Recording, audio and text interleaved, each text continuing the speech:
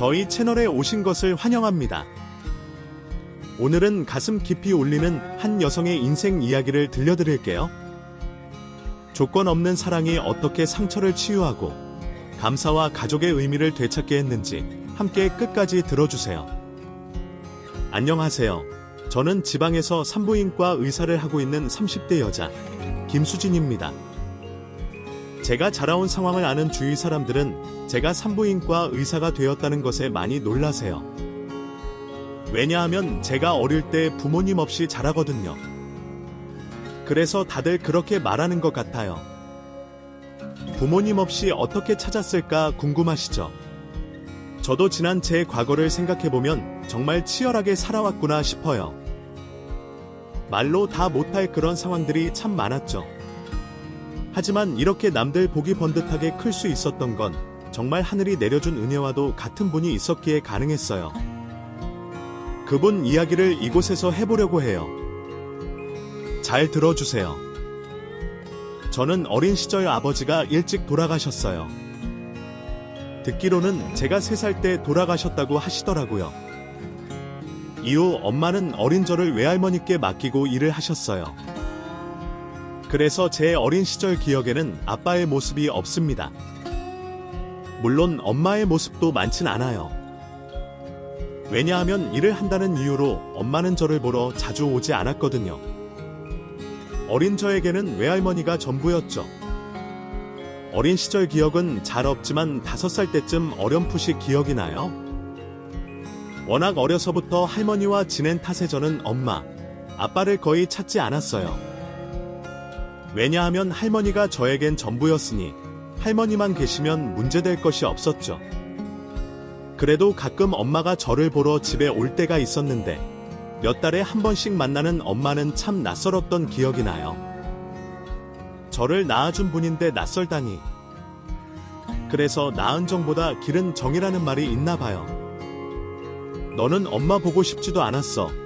어찌 보고 싶다는 생각이 들겠어요. 어려서부터 떨어져 살았는데 엄마, 자주 보러 와라고 하니까 엄마는 나도 생활비 보내준다고 쉬는 날 없이 일한다. 아이고, 내 팔자야 오라고 하셨어요. 엄마가 집에 오는 날에는 외할머니와 꼭 말싸움을 했어요. 그 말싸움 끝에는 저를 차갑게 쳐다보는 엄마의 시선이 느껴졌죠. 동네 친구들 집과는 뭔가 다르다는 걸 눈치챈 이후로 주위 어른들의 눈치를 보며 살게 된 저는 엄마에게조차 어리광 한번 제대로 부리지 못했어요. 가끔 저를 보러 오는 엄마가 그렇게 어렵게 느껴지더라고요. 그렇게 부모님의 사랑 없이 오로지 외할머니의 정에만 기대서 자랐어요. 외할머니는 무뚝뚝하셨지만 저를 많이 아껴주셨어요. 밤마다 꼭 안아서 재워주셨죠.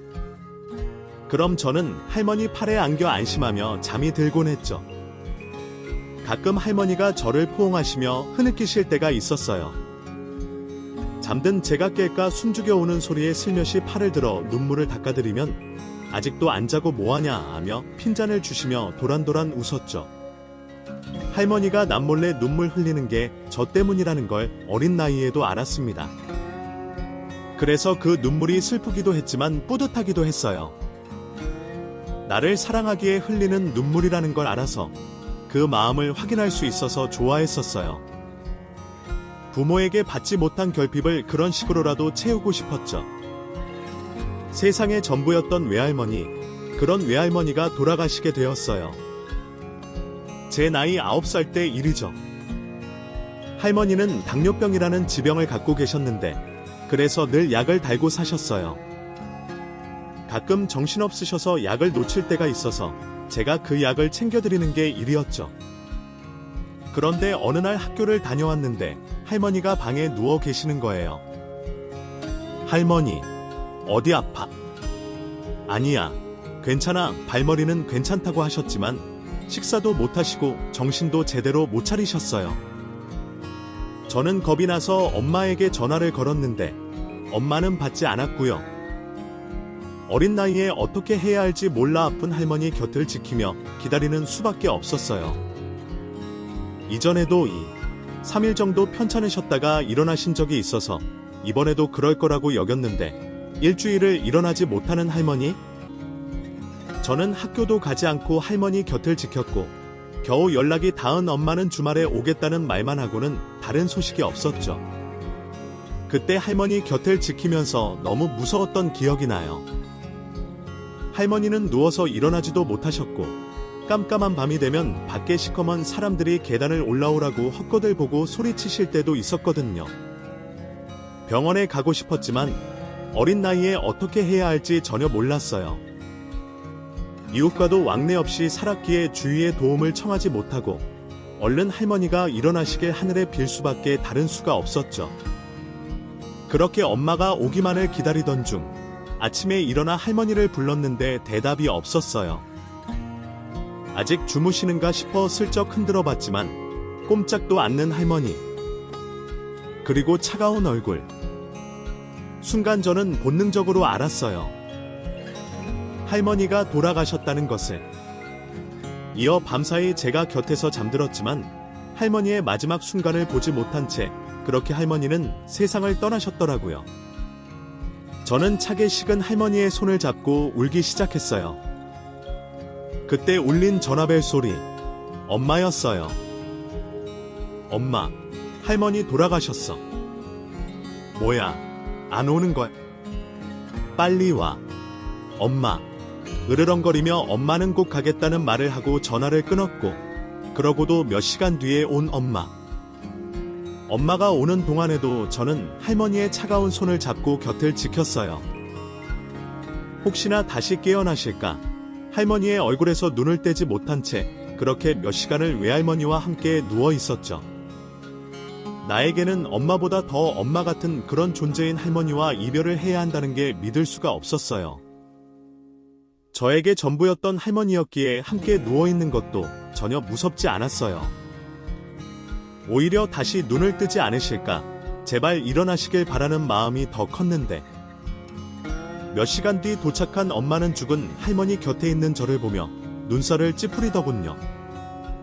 그러고는 곧 장례 준비를 했어요. 눈물 한 방울 흘리지 않고요. 그만 울고 이리 와서 도와. 장례 치러야지. 언제까지 그러고 있을 거야. 엄마, 할머니까지. 나도 안다고. 정신없으니까 말 걸지 말고 이거 해. 얼른. 어린 나이에도 엄마의 그런 모습은 정말 이해가 되지 않았어요. 자신의 엄마가 아니라 마치 남의 일인 양 행동하는 엄마가 원망스럽기도 했고요. 그런 속상한 제 마음을 아는 채도 하지 않고 엄마는 할 일만 하더군요. 그리고 3일을 지낸 뒤 할머니는 화장을 해서 멀리 바다에 뿌려졌습니다. 하얀 가루가 되어 푸른 바다에 흩뿌려지는 할머니를 보며 저는 소리도 내지 못하고 흐느껴 울었어요. 그 순간만큼은 맨날 냉랭했던 엄마도 눈물을 흘리더군요. 조금이라도 더 있고 싶었던 할머니와의 이별은 그렇게 한순간에 끝나버렸어요. 그리고 저는 혼자가 되었죠. 할머니를 뿌리고 돌아온 날, 엄마는 저와 하룻밤을 보내고는 가버렸거든요. 겨우 9살밖에 안 된 저를 혼자 두고 가버렸어요. 엄마 어디 있어? 아침에 일어났을 때 엄마가 보이지 않아 계속 찾았어요. 집안에 없다는 걸 알았지만 인정하기 싫어서, 아니 인정하는 게 무서워서 모른 척 계속 불렀어요. 하지만 결국엔 그 집에 저 혼자였습니다. 할머니도 엄마도 없이 저 혼자 덩그러니 그 집에 있었어요. 무서웠어요. 혼자 될까봐 너무 무서웠어요. 눈물이 날 것 같았지만 꾹 참고 저녁이면 엄마가 다시 와줄 거라고 믿었어요. 그래서 저녁이 되면 나를 찾아올 거라고 믿었지만 결국 엄마는 오지 않았더군요. 전화도 없이 그렇게 해서 엄마와 생이별을 했어요. 할머니가 돌아가신 그 집에서 밤이면 무서워서 이불을 뒤집어 쓰고 울었습니다. 이미 돌아가시고 없는 할머니를 불러보기도 하고 나를 버리고 간 걸 아는 엄마를 불러보기도 했어요. 하지만 대답해주는 이는 아무도 없었고 그 긴 밤을 저 혼자 지새야 했죠. 저는 점점 지쳐갔어요. 외롭고 배도 고팠어요. 밖에 나가지도 않고 힘이 없어 누워있는데 이웃에 사는 신 아주머니가 찾아오셨어요. 그리고 말라가는 저를 보고 깜짝 놀라 자기 집에 저를 데리고 가시더군요. 반찬이 가득한 밥상을 내주시며 먹으라고 하셨어요. 오랜만에 보는 음식에 저는 허겁지겁 먹기 시작했고요. 엄마는? 엄마 어디 있어? 신 아주머니는 엄마의 행방을 물으셨죠. 침묵한 저는 아무 말도 할 수 없었어요. 이미 엄마의 전화번호는 없는 번호가 되었고 연락할 방법이 없었거든요. 이 세상에 자기 자식을 이렇게 버리고 가는 엄마가 어디 있어. 정말 할머니와 왕래하며 지내던 신 아주머니는 저희 집 상황을 어느 정도 알고 계셨고 그래서 엄마가 저를 버리고 갔다는 것도 바로 눈치채셨나 봐요. 엄마 욕을 하는 그 앞에서 저는 묵묵히 음식만 먹고 있었죠. 앞으로 어떻게 지낸다고? 딱해서 어째? 정갈 곳도 없으면 저 언덕 위에 있는 고아원이라도 가볼래? 엄마가 있는데 받아줄지는 모르겠다만 아주머니 말을 듣고 다음날 저는 바로 고아원으로 찾아갔어요. 더 이상 오지 않는 엄마만을 계속 기다리며 있을 수 없었으니까요. 다행히 고아원에서는 저를 받아주셨고 이후 그곳에서 저는 지내게 되었어요. 고아원은 저에게 생명의 은혜와도 같은 그런 곳이에요. 먹을 것과 잠잘 곳, 그리고 공부까지 제가 성인이 되는데 필요한 모든 것을 지원해 주셨으니까요.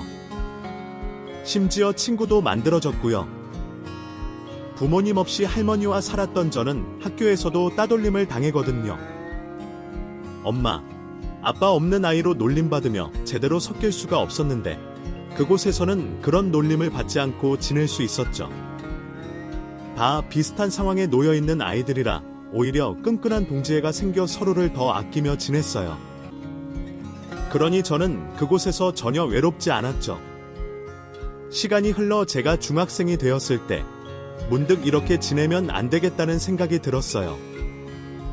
남들이 나를 무시하도록, 업신 여기도록 그렇게 두고만 보면 안 되겠다는 생각이죠. 그 이전까지는 어쩔 수 없다고만 생각했거든요. 내가 남들과 다른 상황인 건 사실이니까. 그들이 저를 그런 시선으로 본다 해도 제가 할 수 있는 게 없다고 여겼어요. 그러다가 공부를 해야겠다는 생각이 들었어요. 그걸로 내 무기를 삼아야겠다고.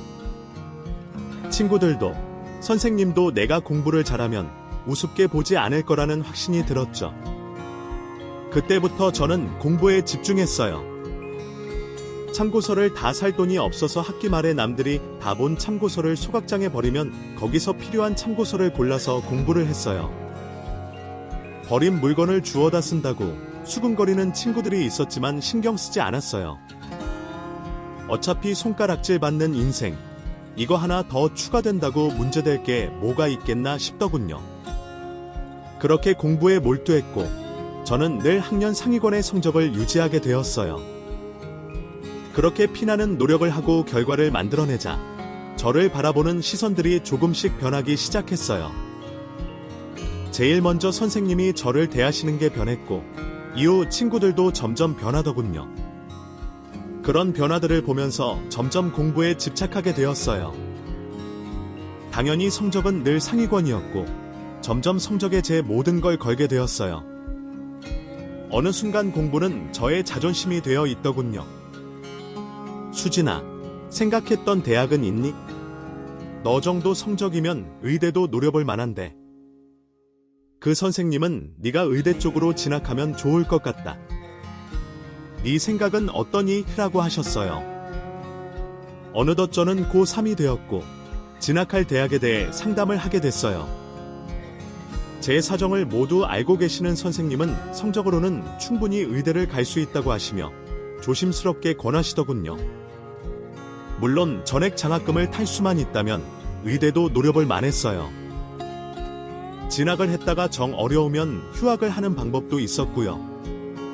하지만 고등학교를 졸업하고 나면 고아원을 나가야 되는데 생활비에 학교 생활까지 제가 다 할 수 있을지 의문이 들더군요. 제가 할 수 있는 것만 최선을 다하면 어떻게든 길이 열릴 거라고 생각했는데 인생의 갈림길 앞에서 어찌해야 할지 막막해졌어요. 그렇다고 원장님께 말씀을 드려 상의하는 것도 어려웠어요. 빠듯하게 고아원을 운영하고 있다는 걸 뻔히 다 알고 있는데 부담을 드리는 게 아닐까 싶어 말문이 자꾸 막혔죠. 할 수만 있다면 의대로 진학하고 싶은 마음이 굴뚝 같았지만 현실과 타협하는 게 맞지 않을까 하는 생각에 선택을 하지도 못하고 시간만 자꾸 가고 있었어요. 결국 저는 전액 장학금을 받을 수 있는 곳으로 지원하자 마음을 먹었어요. 도전조차 하지 못하는 상황에 아쉬움은 많았지만 전액 장학금도 어디냐 싶더군요. 부모 없이 자라서 지원도 제대로 못 받고 그저 그렇게 살아갈 인생이 될 뻔했는데 대학이라도 번듯하게 나오면 직장이라도 잘 구할 수 있을 것 같더라고요. 주위 사람들 곤란하지 않게 그렇게 적당히 하는 게 맞다는 생각을 하며 아쉬운 대로 의대 진학을 포기하고 있었죠. 그렇게 마음을 먹고 있는데 어느 날 원장 선생님이 저를 부르시더라고요. 수진아, 원장님 부르셨어요. 그래, 수진아. 우리 수진이 처음 이곳에 올 때가 엊그제 같은데 벌써 고등학교 졸업을 앞두고 있다니 선생님 마음이 이상하다. 그동안 정말 감사합니다. 저도 기분이 이상해요. 원장 선생님은 애정을 가득 담은 눈빛으로 저를 쳐다보셨어요. 진짜 엄마한테도 못 느껴봤던 그런 따스한 눈빛. 저는 정말 복이 많은 아이였죠. 가고 싶은 대학은 정했니? 네. 전액 장학금을 받을 수 있는 곳으로 가려고요. 이제 출소도 해야 하는데 현실적으로 그게 맞을 것 같아요. 그랬니? 담임 선생님이 찾아오셨던데 의대에 진학하는 걸 권하셨다고 하더구나. 나는 네가 의대로 가는 게 맞다고 생각해. 하지만 학비랑 이런 것들이 걱정되지. 그런 거 신경 쓰지 마. 네가 열심히 해준 덕분에 후원자가 나타나셨어. 이제 고등학교도 졸업하는 나이에 후원자가 생겼다는 말에 저는 깜짝 놀랐어요. 그런 저를 흐뭇하게 쳐다보시며 원장 선생님은 눈물을 흘리셨어요. 제가 환경에 굴하지 않고 열심히 살아가는 모습에 후원자분이 감동을 받으셨다면 의사가 되는 전 과정을 모두 지원해 주시기로 하셨다는 놀라운 말을 전해 주셨어요. 믿기지가 않아요. 원장 선생님. 너의 성실한 모습에 하늘도 감동한 모양이다. 그래서 너한테 귀인을 붙여주신 거야. 감사합니다. 정말 감사합니다. 저와 원장 선생님은 서로 손을 맞잡고 뜨거운 눈물을 흘렸어요. 원장님은 더 이상 아프지 말라고, 앞으로 즐거운 마음으로 기꺼이 인생을 살아내라고 하시며 저를 다독여 주셨고요. 공부하는 동안 잠도 줄여가며 읽어야 할 책을 읽어낼 때 너무 힘들어서 포기하고 싶은 적도 많았는데 그럴 때마다 이를 악물고 버텼어요. 그렇게 버텼던 결국에는 이런 뜻하지 않은 기회까지 얻게 되어 저 스스로가 얼마나 대견한지 몰라요. 그 모든 것들을 내 것으로 하기 위해 마지막 수능 시험 준비에 전력 질주를 했고 저는 결국 의대에 합격하게 되었어요. 의대 합격이라는 반가운 소식과 함께 저의 유일한 보금자리였던 고아원을 출소하게 되었어요. 나이가 들어 입소해서 입양도 못 가고 끝까지 남아 결국엔 고등학교까지 졸업한 후에야 출소하게 된 고아원. 마지막 발걸음을 떼면서 정든 선생님들과 고아원 가족들과 작별의 시간을 가졌어요. 다들 웃고 있지만 눈에서는 눈물이 흐르고 있었죠. 원장 선생님은 마지막으로 제 손을 잡아주시면서 따뜻한 말을 남기셨어요. 수진아, 너는 누가 뭐래도 소중한 아이야. 그러니까 절대로 희망을 버리면 안 된다. 알았지? 네, 선생님. 그동안 키워주셔서 감사합니다. 키워주셔서 감사합니다. 그렇게 마지막 인사를 하고 고아원을 떠났습니다. 나를 낳아준 엄마조차 버린 아이를 고아원은 조건 없이 받아주었고 저는 그곳에서 무사히 잘 자랄 수 있었어요.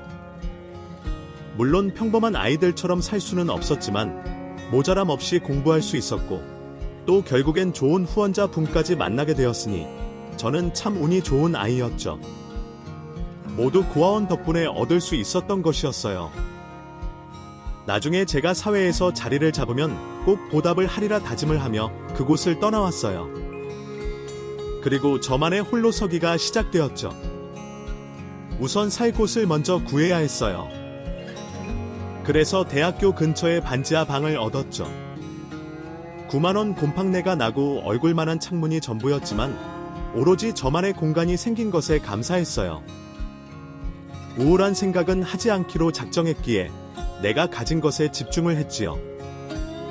그리고 생활비와 학비에 보태기 위해 아르바이트도 구하면서 앞으로 살아낼 제 학교 생활에 충실해보기로 다짐도 했어요. 그렇게 시작된 학교 생활은 정말 정신이 하나도 없을 정도로 바빴습니다. 과목도 많고 해야 할 공부량도 엄청났어요. 거기에 아르바이트까지 정말 눈코 뜰 새가 없더라고요. 그렇게 학교 생활을 적응해가는 도중에 모르는 번호로 전화가 왔고 그분이 저를 후원해주시는 분이라는 걸 알게 됐어요. 저는 반가운 마음에 식사를 대접하고 싶다고 했습니다. 꼭 만나주세요. 제가 맛있는 식사를 대접하고 싶어요. 공부하는 학생이 무슨 돈이 있어서 나한테 밥을 산다고. 저 아르바이트 해요. 그래서 충분히 사드릴 수 있어요. 어렵사리 만나게 된 후원자 분께 맛있는 음식을 대접하고 싶었어요. 가진 돈은 얼마 없지만 그래도 제가 할 수 있는 선에서 최대한 비싼 한정식 집에서 후원자분을 처음 만났죠. 후원자분은 제 또래의 아버지뻘 정도 될 수 있는 나이로 보이셨고 인상이 너무 좋으셔서 마음이 저절로 푸근해지는 얼굴이셨어요. 저 정말 만나 뵙고 싶었어요.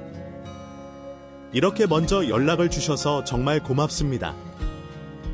나도 수진이 얼굴을 보고 싶었어요. 사실 수진이가 있는 고아원에 몇 번이나 찾아갔었는데 나 혼자 몰래 보고만 오고 그랬지. 의외의 말씀에 저는 깜짝 놀랐고 알고 봤더니 제가 중학생 때부터 꾸준히 후원을 해주셨더라고요. 뒤늦게 알게 된 사실에 저는 더 많이 놀랐고 후원자분에 대한 신뢰가 더욱 커졌어요. 그날 그렇게 맛있게 식사를 하면서 이후 종종 같이 식사를 하며 만나게 되었습니다.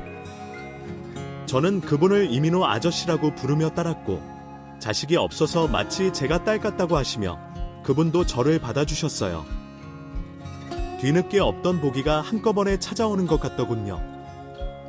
대한민국 하늘 아래 어딘가 살아있을 엄마의 존재. 하지만 어떻게 지내는지 얼굴도 못 보고 살아서 고아나 마찬가지인 저에게 돌아가신 아빠가 다시 찾아오신 것 같은 기분도 들었어요. 그만큼 저는 이민호 아저씨와 함께 보내는 시간이 편안하고 좋았어요. 어느 날 아저씨는 제가 반지하 원룸에서 지내는 걸 알게 되셨는데 여자 몸으로 너무 험한 곳에서 지낸다고 많이 놀라시더군요. 금액이 싸고 학교와 가까워서 구한 방이었는데 근처에 술집이 많아서 한밤중에도 소란스럽고 밤늦게까지 술에 취한 사람들이 싸우기도 하고 고성방가에 조용한 날이 없는 곳이었거든요. 이런 곳에서 공부가 되니 괜찮아요. 지낼 곳이 있다는 것만으로도 너무 좋은데요. 괜찮다고 말하는데도 아저씨의 표정은 많이 어두우셨고 며칠 뒤 아저씨는 저에게 열쇠 하나를 주셨어요. 아저씨가 새로 구한 전세 원룸방 열쇠였죠. 안 돼요. 이런 거 절대 받을 수 없어요. 받아도 돼. 어차피 전세라서 나중에 계약이 끝나면 내가 다시 돈 돌려받으면 돼. 그러니까 부담 없이 졸업할 때까지 여기서 지내도록 해. 저는 한사코 거절했지만 아저씨는 뜻을 굽히지 않으셨고 저는 그 집으로 이사를 하게 되었습니다. 아저씨가 신경을 많이 써서 구한 집이라 깨끗하고 주변도 조용했어요. 너무 과한 걸 받은 것 같아서 불편했지만 한편으론 좋기도 했습니다. 아저씨가 정말 내 친아버지라면 얼마나 좋을까 혼자 상상도 많이 했어요. 자꾸 이러면 안 된다는 걸 알면서도 어쩔 수 없이 자꾸 마음이 가고 아저씨도 그런 저를 따뜻하게 받아주셨어요. 아저씨의 따뜻한 온정 속에 저는 의사가 되기 위한 공부에 집중하기로 했습니다. 아버지 같은 아저씨를 위해서라도 최대한 빨리 의사가 되고 싶었어요. 그것만이 제가 받은 것들에 보답하는 길이라고 여기며 밤낮을 가리지 않고 공부에 몰두했어요. 그렇게 노력한 결과 저는 당당하게 의사가 되었어요. 의사 자격증을 받았던 날, 아저씨는 저에게 커다란 꽃다발을 건네주시며 축하를 해주셨고, 저는 마치 부모처럼 뒷바라지해주신 아저씨가 너무 고마워서 눈물을 흘렸어요. 이제 의사 선생님이 됐는데 왜 울어? 이렇게 좋은 날은 웃어야지? 모두 아저씨 덕분이에요. 제가 의사가 될 수 있었던 건 처음부터 아저씨 덕분이에요. 제 얼굴에 흐르는 눈물을 닦아주시는 아저씨의 두 눈도 촉촉하게 젖어 있었어요. 잠긴 목소리로 아저씨는 저에게 이런 말씀을 해주셨어요. 너는 내 딸이나 마찬가지야. 알겠지? 너는 내 딸이야. 아저씨, 아빠라고 해야지. 아저씨가 뭐야? 아빠. 그날 저와 아저씨는 서로 부녀지간이 되기로 했어요. 친아버지는 제가 아주 어릴 때 돌아가셔서 제 기억 속에는 아무것도 남은 게 없었거든요. 그러니 아저씨가 제 인생의 처음인 아버지였죠. 아저씨가 제 아버지가 되길 그렇게 바랐었는데 결국 제 소원이 이루어진 거예요. 이후 저희는 정말 친부녀지간처럼 지냈어요. 레지던트가 되고 의사 생활을 하면서 또 정신없이 그렇게 지냈지만 그러면서도 아버지가 생겼다는 기쁨 덕분인지 힘든 게 전혀 없었어요. 오히려 더 잘하는 모습을 아버지께 보여드리고 싶었죠. 개인 생활이라고는 없는 병원 생활에 찌들어 있는 저를 아저씨는 계속 챙겨주셨어요. 병원으로 먹을 것을 갖다 주시기도 하고 계절이 바뀌면 옷도 사다 주시며 저를 챙겨주셨죠. 그날도 아저씨가 병원으로 저를 보러 오셨고 마침 식사 시간이라 같이 밥을 먹게 되었어요. 힘들지? 얼굴이 반쪽이 됐다. 밥은 꼭 챙겨 먹고 그래. 몸 챙겨야 의사도 소용없어. 그럴게요. 제 걱정은 마세요. 그런데 아버지는 얼굴에 살이 이렇게 많이 빠졌어요. 아버지도 식사 잘 챙기세요. 혼자 계시다고 거르지 마시고요. 내 걱정은 마라. 본인 걱정이나 해라. 제 걱정만 해주시는 아저씨를 보며 걱정이 되면서도 한편으론 그 애정이 너무 좋아 웃음이 났어요. 그러다 문득 그동안 궁금했던 질문이 입에서 튀어나왔죠. 아버지, 예전에 결혼은 하셨지? 그런데 왜 혼자 지내세요? 민감한 질문이라 그동안 물어보지 못했던 건데 순간적으로 입에서 튀어나온 질문이었어요. 제 질문에 아저씨는 한참 뜸을 들이시더니 말씀을 하셨어요. 나도 정말 사랑했던 사람이 있었지? 그런데 일이 잘 되지 않았어. 그 후론 나 혼자 살게 됐고. 아저씨한테는 정말 가슴 아픈 이야기일 텐데 제가 괜히 여쭤본 것 같아서 죄송했어요. 그래서 얼른 다른 주제의 이야기를 하며 분위기를 바꿨죠. 그런 저를 보면서 아저씨도 모르는 척 웃어주셨어요. 하지만 그때 이후 아무 말 없이 식사만 하시더군요. 아직도 그 여자분을 잊지 못하시고 혼자 지내시는 것 같아 왠지 마음이 아팠어요. 그분을 정말 많이 사랑하셨구나. 그래서 아직도 그분 생각을 하시는구나. 그런 생각을 하면서요. 아저씨를 만나면서 제 인생은 완전히 달라졌어요. 금전적인 지원을 해주시니 제가 하고 싶은 공부도 마음껏 했고 결국 의사도 되었으니까요. 받은 것들이 너무 많다 보니 이제는 제가 아저씨를 챙겨드려야겠다는 생각이 들었어요. 그래서 정식 의사가 되면 그때부터는 제대로 효도라는 것도 해보리라 다짐도 했고요.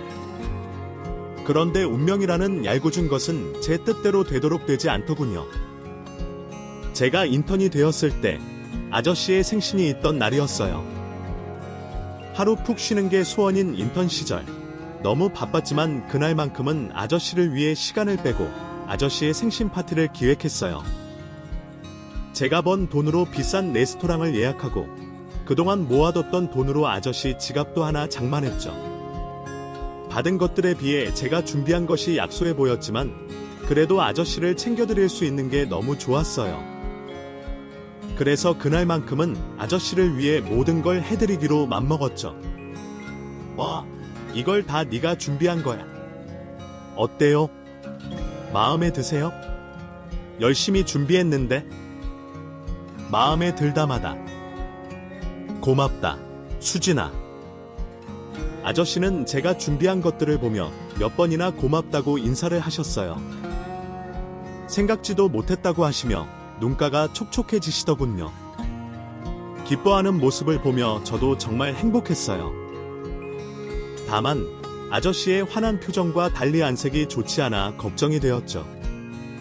게다가 음식이 맛있다고 연신 말씀하시는데도 제대로 드시지 못하는 걸 보며 뭔가 이상하다는 생각도 들었어요. 어디 불편하신 건 아니죠? 질문에 괜찮다고 하시는데도 제 눈에는 괜찮아 보이지 않았어요. 불안한 마음에 식사는 계속되었고 아니나 다를까 결국 아저씨는 그 자리에서 쓰러지고 마셨어요. 너무 놀라서 쓰러진 아저씨를 붙잡고 계속 불렀지만 정신을 차리지 못하셨어요. 저는 울부짖으며 119를 불러달라고 소리쳤어요. 누가 119 좀 불러주세요. 응급 상황이에요.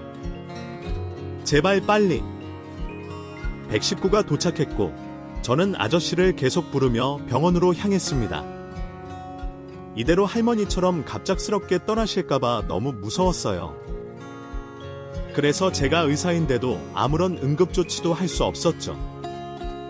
그동안 공부하고 익힌 것들이 아버지나 마찬가지인 아저씨 앞에선 모두 무용지물이었어요.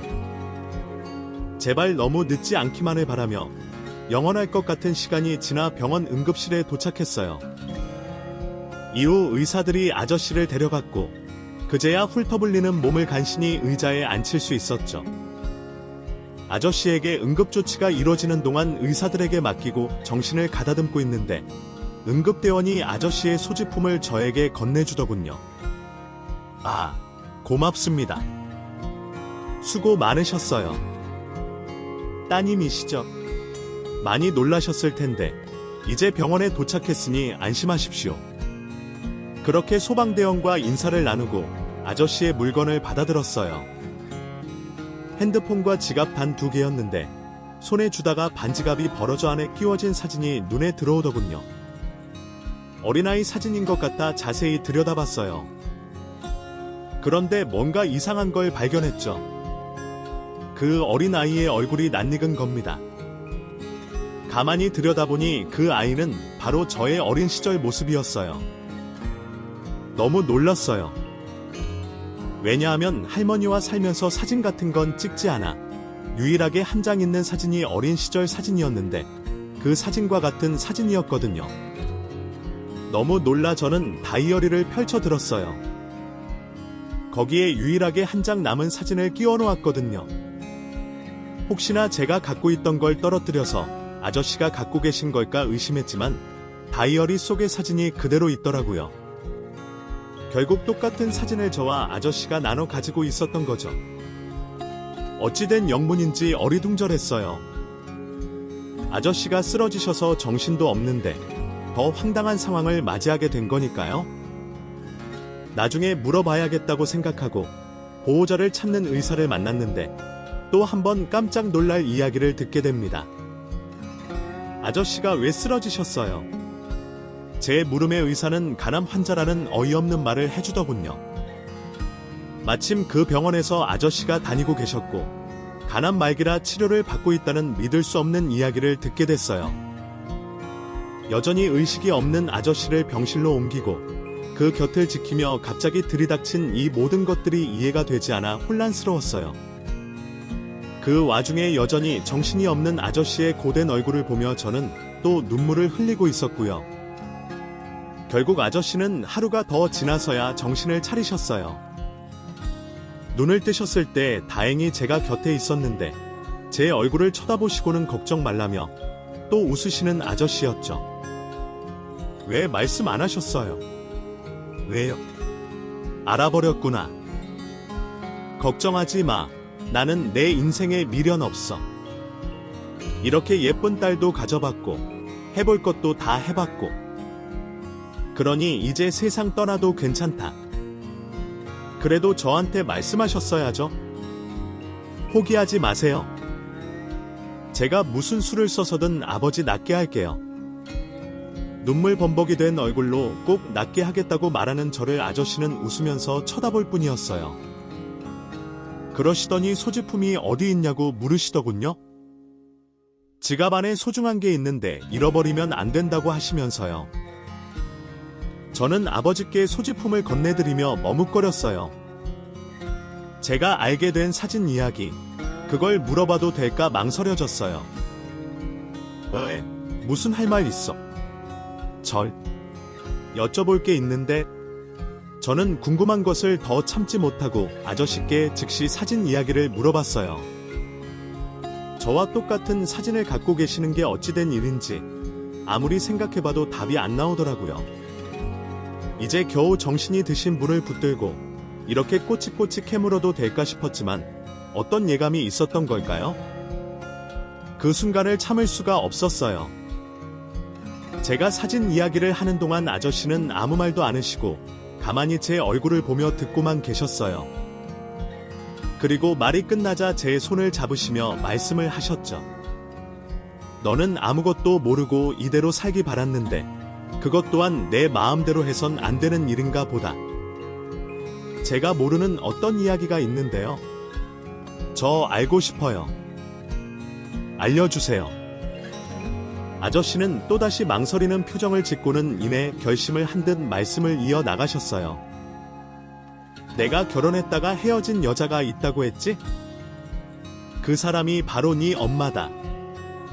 저희 아저씨는 믿을 수 없는 말을 해주셨어요. 엄마와 아저씨는 예전에 서로 사랑하는 사이였고 결혼까지 하셨대요.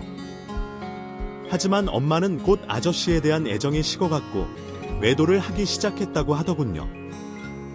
다른 남자를 만나는 걸 뻔히 알고 있었지만 헤어질 수 없어서 참아내치지 못하셨대요. 어느 날 엄마가 임신을 하게 됐고 아이의 아빠가 아저씨라는 말을 믿으셨대요. 약간의 의심은 있었지만 임신 후 가정에 집중하는 엄마의 모습을 보고는 속는 척 믿어주셨대요. 임신 기간이 지나 제가 태어났고 너무나 작고 예쁜 모습의 아저씨는 마음을 홀딱 빼앗기고 말았다고 하시더군요. 너 태어난 네가 얼마나 예쁘고 사랑스러운지 모른다. 내 인생의 가장 잘한 일이었고 자랑스러운 일이었어. 그때를 회상하시며 아저씨의 눈가가 촉촉해지시더군요. 하지만 네 엄마는 끝내 나를 기만했더구나. 내 아이라고 철석같이 믿었는데 아니었어. 너는 내 아이가 아니었어. 결국 친자 검사까지 하게 된 상황에 아저씨는 자신의 아이가 아니라는 사실을 알게 됐고 배신감에 견딜 수가 없었다고 하셨어요. 그리고 제가 3살 무렵 엄마와 헤어졌고 이후 저는 외할머니 댁에서 살게 된 거죠. 너를 보고 있을 수가 없어서 선택한 이혼이었어. 여전히 너는 나를 아빠라고 부르고 따랐지만 모든 걸 알고 난 뒤엔 너를 차마 안아줄 수가 없었다. 그게 사실이에요. 정말 그 모든 게 사실이에요. 가슴이 미어질 것 같았어요. 그래서 너무 아팠어요. 숨을 제대로 쉴 수조차 없었어요. 소리 내울지도 못하고 꺽꺽 숨을 들이켰죠. 아저씨의 두 눈에도 눈물이 흘러내렸고 한동안 저희는 말없이 감정을 진정시키는데 애를 써야 했습니다. 너랑 네 엄마와 헤어지고 나면 다시 원래대로 돌아올 거라고 생각했다. 하지만 그건 내 착각이었어. 네가 엄마 배 속에서 날 때부터 내가 안고 키웠다. 분유도, 이유식도, 기저귀도 내 손으로 갈아입히고 그렇게 키운 너를 잊을 수가 없었어. 꿈에도 네가 보이고 맛있는 걸 먹을 때도 좋은 것을 봤을 때도 늘 너는 나랑 함께였어. 잊으려고 애를 썼지만 이미 너는 내게 많은 것을 남기고 가기에 도저히 뿌리칠 수가 없었다. 저를 쳐다보는 아저씨의 눈빛이 애틋했어요. 저 또한 그동안 모르고 지냈던 이야기를 들으며 감정이 북받쳐 올랐죠. 이후 아저씨는 저를 다시 찾아야겠다는 생각에 엄마를 수소문했고 그 과정에서 제가 고아원에 들어갔다는 걸 아셨어요. 네 엄마는 정말 무서운 사람이야. 자기 말고는 남한테 사랑을 줄 수 없는 사람이야. 엄마가 버젓이 살아있는데 고아원에서 생활하고 있는 저를 보고 눈이 뒤집힐 것 같았다고 하셨어요. 하지만 제 앞에 자신 있게 나설 수 없어 후원자로 나무섰고 제가 잘하는데 공부하는데 모자람이 없도록 돕고 싶으셨다고 하시더군요. 아저씨께 그 모든 이야기를 듣고 나서 감당할 수 없는 사실에 아무 생각도 할 수 없었어요. 그동안 할머니가 돌아가시고 세상에 혼자라고 생각했는데 이렇게 보이지 않는 곳에서 저를 그리워하고 계신 분이 있을 줄은 꿈에도 몰랐으니까요. 하지만 뒤늦게 만난 인연이 간암이라는 질병 때문에 또 이별을 앞두고 있으니 정말 기구한 인생이라는 생각이 들더군요. 어차피 나는 얼마 남지 않았어. 그래서 너한테 비밀로 하고 죽으려고 했다. 하지만 하늘의 뜻이 그러했는지 결국 네가 다 알게 되었구나. 네 엄마가 원망스럽더라도 미워하는 마음은 가지지 마라. 그렇게 해봤자 너만 힘들 뿐이야. 그냥 잊고 살아. 이 세상에 그래도 건강하게 나를 낳아줬으니 그걸로 엄마 몫을 다했다고 생각해. 나머지는 내가 너에게 주마. 아저씨는 자신이 죽고 나면 재산을 모두 저에게 넘기겠다고 하셨어요. 저는 펄쩍 뛰었고 있을 수 없는 일이라고 했죠. 내가 살던 아파트랑 5층 건물이 하나 있어. 내가 죽고 나면 그걸 다 처분해서 네가 원했던 삶을 살아봐. 여행하고 싶으면 그렇게 하고 갖고 싶은 게 있었다면 그걸로 살아. 그래도 돼. 알았지? 저 그런 거 다 필요 없어요. 그냥 아저씨만, 아니 아빠만 있으면 돼요. 그러니까 그런 말 마세요. 저는 아빠의 품에 안겨서 어린애처럼 울었어요. 피가 한 방울도 섞이지 않았지만 세상 어느 아버지보다도 더 아버지다운 그런 분이셨어요. 제발 이제야 만나게 되는데 아버지와 오래오래 함께할 수 있기를 그것만이 내가 바라는 거라고 빌고 또 빌었어요. 누구의 귀에 닿는지 모르고 세상에 있는 모든 신들에게 그렇게 빌었어요. 제발 내 아빠를 빼앗아 가지 말라고. 하지만 사람의 명을 제가 어찌할 수 있는 게 아니잖아요. 결국 아버지는 3개월 뒤 세상을 떠나셨어요. 세상에서 제가 제일 사랑하는 사람 2명이 모두 제 곁을 떠나버렸어요. 죽은 뒤 화장을 해달라는 아저씨의 유언대로 저는 할머니 때처럼 하얀 가루가 된 아버지를 푸른 바다에 뿌렸습니다. 바람을 타고 저 멀리 퍼지는 아버지를 보며 저 세상에서는 자유롭고 행복하게 사시라고 빌어드렸어요. 아직은 온기가 남은 하얀 가루를 만지며 아버지의 따뜻한 사랑을 마지막으로 느끼는 것 같은 착각이 들더군요. 그 사랑이 얼마나 대단했는가를 알기에 더 이상 외롭지 않았어요. 대가 없이 주신 사랑을 늦게라도 알았으니 정말 열심히 살아야겠다고 다짐하며 그렇게 아버지와 마지막 인사를 했습니다. 그 후 저는 전문의가 되어서 열심히 살고 있어요. 환자들을 볼 때마다 아버지를 치료하는 마음으로 그렇게 진심을 다해 진료를 하고 있죠. 그래서인지 환자분들이 저를 정말 많이 좋아하세요. 한번 저에게 진료를 보셨던 분들은 또 저를 찾아오실 만큼요. 그래서 더 이상 저는 외롭지 않습니다. 제 이야기는 여기까지예요. 끝까지 들어주셔서 감사합니다. 더운 날 건강 조심하세요. 오늘 이야기를 끝까지 들어주셔서 감사합니다. 이 이야기가 마음에 닿았거나 작은 위로가 되었다면 좋아요와 댓글로 응원의 말씀을 나눠주세요. 그리고 다음 따뜻한 이야기들을 놓치지 않도록 구독도 잊지 마세요. 다음 영상에서 다시 만나요.